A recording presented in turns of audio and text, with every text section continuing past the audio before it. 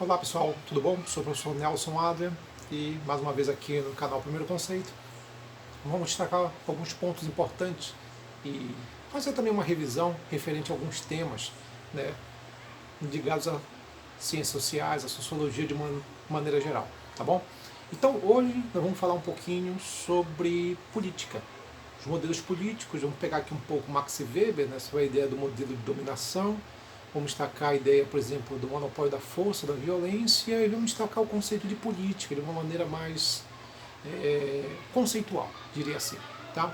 Mas desde já, antes de começar, um aviso aí para que vocês possam dar uma força aqui no meu canal, se inscrevam nele, dar uma curtida, tudo isso é muito importante, né, para ajudar aqui o nosso canal a ficar de pé, beleza? Bom, gente, política. Falar de política, né, estamos falando aqui de uma palavra, né, etimologicamente falando, ligado a polis, cidade-estado. Né. Há uma tradição grega nesse processo, que é muito grande, né, principalmente os atenienses.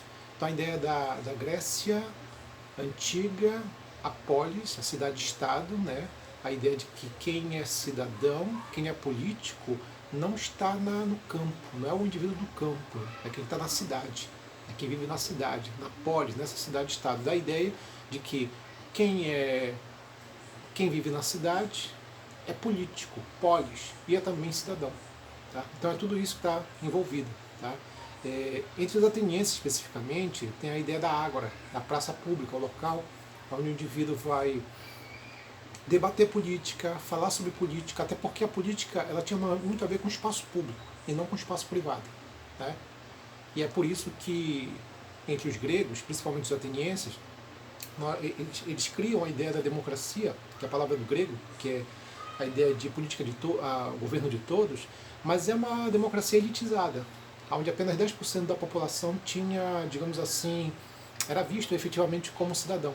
Tá? Então era uma coisa mais elitizada, mais específica. Era um grupo tão pequeno de cidadãos que eles ficavam todos eles dentro de uma praça que era chamada de ágora. E a ágora era o local onde as pessoas ali, onde eles debatiam, discutiam coisas ligadas à política. Então, um modelo sociológico, um modelo social desse cidadão: homens de meia idade, normalmente, proprietários de terras e de escravos, filhos da aristocracia. Normalmente era isso. Boa parte da população constituída de mulheres e de escravos não tinha direito a nada. Quer dizer, então, a política, né, para o grego antigo, ele surge no sentido de uma união. Né? Quem era político era cidadão, quem era cidadão era político. Né? Eles não separavam. Né? Eles entendiam que era uma coisa só. Se eu sou cidadão, eu sou político. Se eu sou político, eu tenho que participar da ágora, da praça pública. Até porque eles partiam da ideia de que aqueles que não participavam da ágora, aqueles que eram cidadãos, não participavam da ágora, eram normalmente denominados, chamados como ídios. O ídios, essa expressão é do grego, que significa caseiro, tá? Que é um indivíduo caseiro, né? Um indivíduo que não quer saber do espaço público, mas somente do espaço privado, da casa. E era por isso que o ídio, daí que daí vem o termo idiota. Tá? Idiota era aquele que não queria saber da política, que é um pouco diferente hoje. Se tu analisar com calma, hoje o idiota é aquele que quer saber de política. Por quê? Numa rodada de amigos, né? Às vezes quando está conversando sobre um monte de coisa aí, alguém começa a falar sobre política, essa pessoa que começa a falar sobre política é taxada de chato, de enjoado, de idiota. Né? Vamos continuar falando sobre o Big Brother, que é muito mais importante para a nossa vida do que falar sobre a política do nosso município. Quer dizer, é mais ou menos isso que as pessoas pensam muito hoje. Quer dizer, idiota hoje é o cara que quer saber de política. Então é uma coisa muito estranha isso. Tá? Na Roma Antiga, né, tu vai ter uma coisa bem curiosa, que na Roma Antiga vai existir uma separação.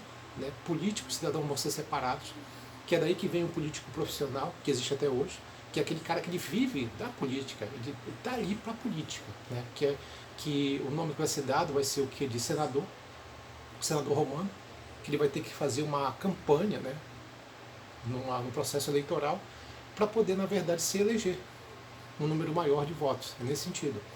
É importante frisar também que na Roma Antiga já não dá para te fazer aquela coisa do tipo ágora, reunir todos os cidadãos num local só, até porque Roma Antiga é um império, não dá para botar todos os cidadãos numa praça, impossível. Então é daí que vem um processo eleitoral de você votar em alguém, né, e esse alguém te representar, que é aí que vem o surgimento do senador romano, aquele que me representa, seria isso. Na Idade Média, né, é bem curioso porque a política ela vai estar voltada muito com a religião, vai estar integrada. Tanto é que vai estar tão integrado que vai ser difícil você distinguir. Até porque um líder político era um líder religioso, o rei, que também era visto como um representante de Deus aqui na Terra, e o líder religioso também era um líder político, que era o caso do Papa, por exemplo. Havia uma integração, uma união nesse sentido. Era difícil realmente separar as coisas. Então a política e a religião vão estar muito envolvidos nesse processo. Quer dizer, a Igreja Católica, ela na verdade era uma instituição também que tinha uma influência política muito grande, além de religiosa. Tá? Quando chega, por exemplo, a modernidade, curiosamente vai existir um processo inverso. Né? Chega a modernidade, vem o conceito de secularização. O que é secular? O que é secularização? É modernidade. Né? Uma sociedade secular é uma sociedade moderna, é isso. Então o processo de secularização, ela traz também junto uma ideia do Estado, né, a instituição Estado como uma instituição laica. Enquanto uma instituição laica, né, ela propõe a ideia da política separada da religião. Há uma divisão. Por quê? Na verdade não começa com política e religião, na verdade começa com público e privado. Público e privado devem ser separados. Então público, né, deve ser separado do privado. Ou seja, o público, que é a política, não deve se envolver com a religião. Há uma separação. Ah, Nelson, então é uma forma de perseguir as religiões? Não, pelo contrário.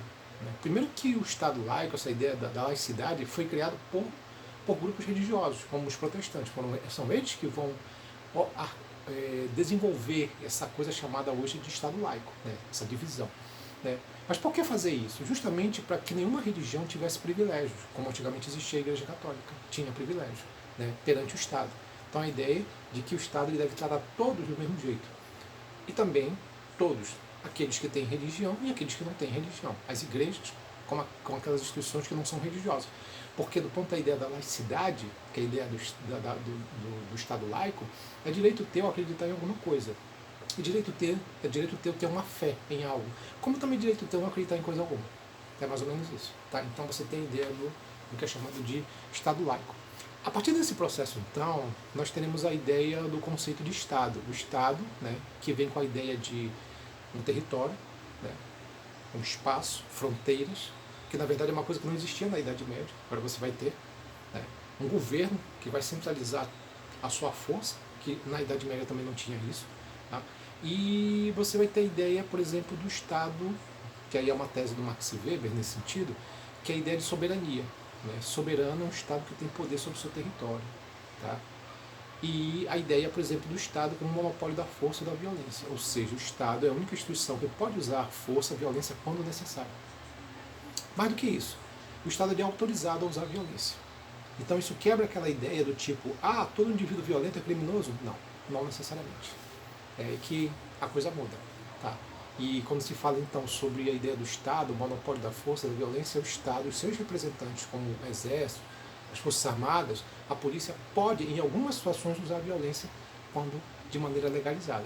Aí você tem o conceito de poder, que é um conceito amplo, grande, né? A ideia do poder, o poder do Estado. E em cima dessa ideia de poder, você tem a ideia do que é do domínio político. O domínio já é uma coisa mais específica da política. Né? Poder existe em todas as relações. Todas as relações têm um envolvimento de poder.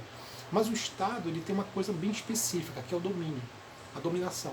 E aí o Max Weber vai dizer que essa dominação ela pode ser de 3 tipos. Ela pode ser tradicional, né? Que pode existir um poder tradicional, por exemplo, do clérigo em relação aos seus fiéis, uma tradição, como também na própria questão da tradição, no caso, por exemplo, do Vaticano, que tem o poder tradicional que é do Papa, que é algo que existe desde muito tempo, desde a Idade Média, né? E ele está ali naquele poder justamente devido à tradição. Aí, por um lado, você tem um poder que é o legal racional. O legal racional tem a ver com a ideia da racionalidade do processo eleitoral. E o processo eleitoral ele tem uma ideia do tipo, ganha a maioria. Que as pessoas pensam assim, por que, qual é a finalidade do processo eleitoral? É para eleger o mais preparado? Não. É para eleger o mais popular. Seria interessante que o mais preparado fosse eleito, mas a ideia não é essa. Quer dizer, assim como pessoas preparadas podem ser eleitas, pessoas não preparadas podem também ser eleitas. Porque o nome é legal, racional? Legal porque é autorizado, e racional porque vence a maioria. Pronto. Mesmo que essa maioria de repente vote no idiota. Fazer o quê? Paciência. Existe isso. Tá? Então você tem esse modelo, que é o modelo chamado de legal racional, e por fim, o carismático. O carisma, na verdade, é uma questão muito pessoal, é um indivíduo que tem a capacidade, a habilidade de se fazer valer, é um líder nato, né, que sabe organizar, sabe falar, sabe manipular, né, e aí você vai encontrar na história vários indivíduos que usaram muitas vezes esse poder do carisma, né, para diversas coisas, né, como Hitler, Mussolini, Getúlio Vargas, Napoleão Bonaparte, Bismarck. São indivíduos que usaram muito a ideia a ideia, por exemplo, da violência, né, usando também o princípio também do carisma também. Quer dizer, o carismático é um indivíduo que tem uma capacidade, uma habilidade incrível de conquistar. Então, falar de política é falar de monopólio da força e da violência, é falar dos 3 tipos de dominação, é falar da polis, da cidade-estado, né? E falar também sobre a ideia do modelo laico, separar entre política e religião. É isso, gente. A gente fica hoje por aqui. Um abraço. Tchau.